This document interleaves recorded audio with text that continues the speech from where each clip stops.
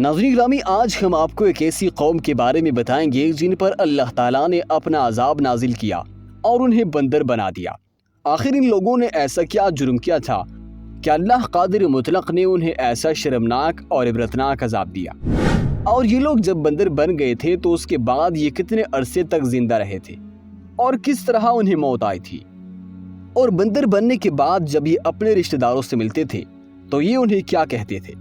اور کیا آج کے دور میں پائے جانے والے بندروں کا تعلق بھی اسی قوم سے ہے؟ ان تمام سوالوں کے جواب ہم آپ کو آج کی اس ویڈیو میں قرآن اور حدیث کی روشنی میں دیں گے۔ ہماری آپ لوگوں سے درخواست ہے کہ آج کی ویڈیو آخر تک لازمی دیکھیے گا تاکہ عبرت حاصل ہو۔ قدیم اسلام کی ایک اور اسلامی ویڈیو میں ہم آپ کو خوش آمدید کہتے ہیں۔ ناظرین، یہ قوم دراصل حضرت داؤد علیہ السلام کی قوم تھی جسے اللہ تعالیٰ نے بندر بنا دیا تھا۔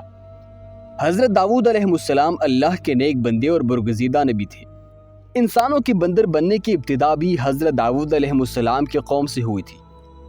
پیارے دوستو، حضرت داؤد علیہ السلام اور ان کی قوم کے 70,000 افراد سمندر کے کنارے ایلا نامی بستی میں رہا کرتے تھے۔ ان لوگوں کو اللہ نے بے شمار نعمتوں سے نوازا تھا۔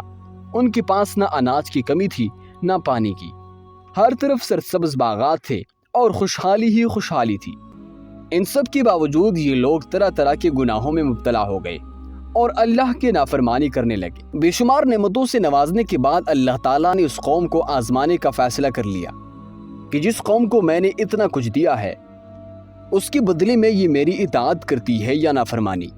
دوستو، کیونکہ یہ قوم سمندر کے کنارے رہا کرتی تھی تو ان کا بنیادی پیشہ ماہی گیری تھا، یعنی یہ سمندر سے مچھلیاں پکڑ کر خود بھی کھایا کرتے اور انہیں مچھلیوں کو بیچ کر اپنی ضروریات بھی پوری کیا کرتے۔ اسی طرح وقت کے ساتھ ساتھ یہ بہت مالا مال ہو گئے۔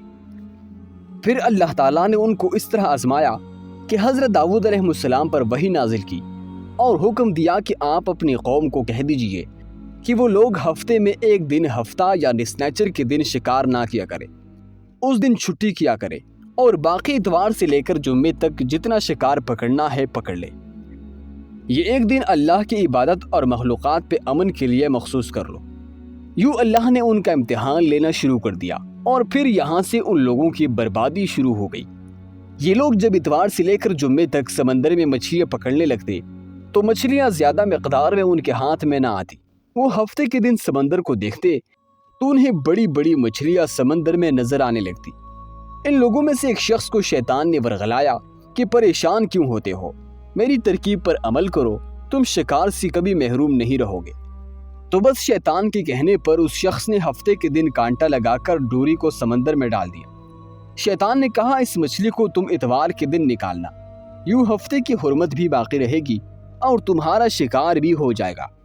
پس شیطان کی بتائی ہوئی ترکیب پہ ہفتے کے دن مچھلی پستی رہی، وہ اتوار کے دن نکالتا اور خوشی سے کھا جاتا۔ جب آس پاس کے لوگوں نے پوچھا تو وہ ان کو بھی ترکیب بتانے لگا۔ یوں اس قوم کی کچھ لوگ ہفتے کے دن مچھلی پکڑنے کے لیے جال پھینکتے اور اتوار کو نکال لیتے۔ کچھ نے سمندر میں چھوٹی چھوٹی نالیاں بنا کر تالاب بنا لیے تاکہ ہفتے کے دن مچھلیاں یہاں سے گزرے تو اس تالاب میں پھنس جائے تاکہ ہم اتوار کے دن مچھلی نکال کر پکا کر کھا سکیں۔ دوستو، اس گاؤں میں اللہ کے کچھ خاص بندے بھی موجود تھے۔ وہ کہنے لگے، اے لوگو، اللہ نے ہفتے کے دن شکار کرنے سے منع کیا ہے۔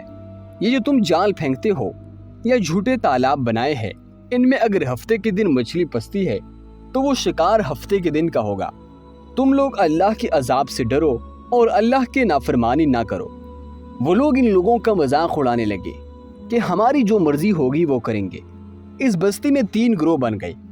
ان 70,000 میں ایک گروہ وہ تھا جو نافرمان لوگوں کی بار بار اصلاح کرتا تھا، دوسرے وہ جو ان سے نفرت کرتے تھے اور خاموشی اختیار کیے ہوئے تھے، تیسری وہ جو گمراہ ہو کر اللہ تعالیٰ کے نافرمانی کر رہے تھے۔ یوں نیک لوگوں نے بستی کے بیچ ایک دیوار کو کھڑا کر دیا، یہ حکم نافذ کیا کہ اللہ کے نافرمانی کرنے والے اس طرف ہو جائے، ہم جو اللہ تعالیٰ کے فرما بردار ہے دوسری طرف رہیں گے۔ وہ صالح لوگ بار بار ان لوگوں سے کہتے رہے، اے لوگو، اللہ سے ڈرو۔ قوم سمود کا جو حال ہوا تھا اس کو یاد کرو، اللہ کی نافرمانی نہ کرو ورنہ تم پر بھی کوئی عذاب آ جائے گا۔ وہ سارے نافرمان جن کی تعداد تقریباً 12,000 تھی سمجھتے رہے اور کہنے لگے کہ یہ سب کتابی باتیں ہیں، ہم پر کوئی عذاب نہیں آئے گا۔ بس جیسے ہی وہ قوم دو حصوں میں تقسیم ہو گئی، ایک وہ جو اللہ کے نیک بندے دیوار کے اس طرف تھے، دوسری وہ جو اللہ کے نافرمان بندے تھے دیوار کے اس طرف تھے۔ وہ نافرمان پوری رات ہنستے رہے، مذاق اڑاتے رہے، اور دوسری طرف اللہ کے نیک بندے اللہ سے مانگنے لگے۔ بس جیسے ہی صبح ہوئی، اللہ کے نیک اور صالح انسان اٹھنے لگے۔ انہوں نے محسوس کیا کہ دیوار کی اس طرف سے کسی انسان کی آواز نہیں آ رہی۔ جیسے ہی دیوار کی اس طرف چڑھ کر دیکھنے لگے، وہ تمام بندر کی شکل میں تبدیل ہو چکے تھے اور بندروں کی طرح حرکتوں کو انجام دے رہے تھے۔ وہ صالح لوگ جو دیوار سے ان لوگوں کو دیکھنے لگے، ان سارے لوگوں میں سے جو ان کے رشتہ دار تھے، انہوں نے بندروں کے کپڑوں سے اپنے رشتہ داروں کو پہچانا۔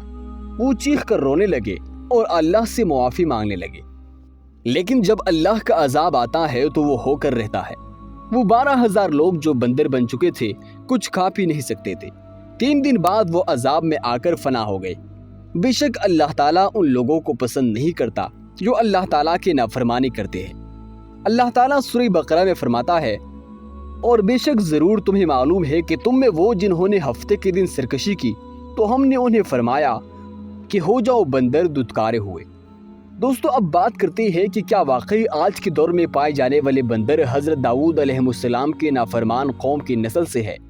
تو ایسا بالکل بھی نہیں ہے، یہ سراسر غلط ہے۔ کچھ لوگ انجانے میں یا کم علمی کی وجہ سے آج کے دور کے بندروں کو حضرت داؤد علیہ السلام کی قوم کے بندر ہی سمجھتے ہیں۔ کسی نے حضور صلی اللہ علیہ وآلہ وسلم سے پوچھا کہ کیا واقعی آج کے دور کے بندر حضرت داؤد علیہ السلام کی قوم سے ہے؟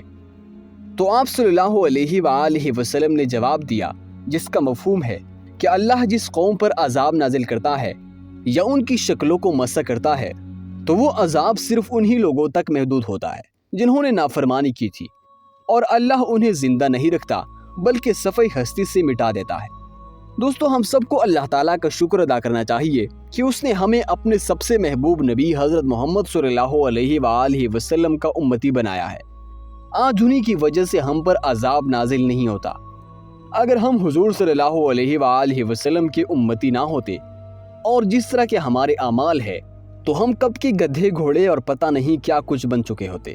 بس ہماری اللہ تعالیٰ سے دعا ہے کہ اللہ ہم سب مسلمانوں کو اپنا فرما بردار بندہ بنا، ہم کو ویسا بنا دے جیسا تو چاہتا ہے۔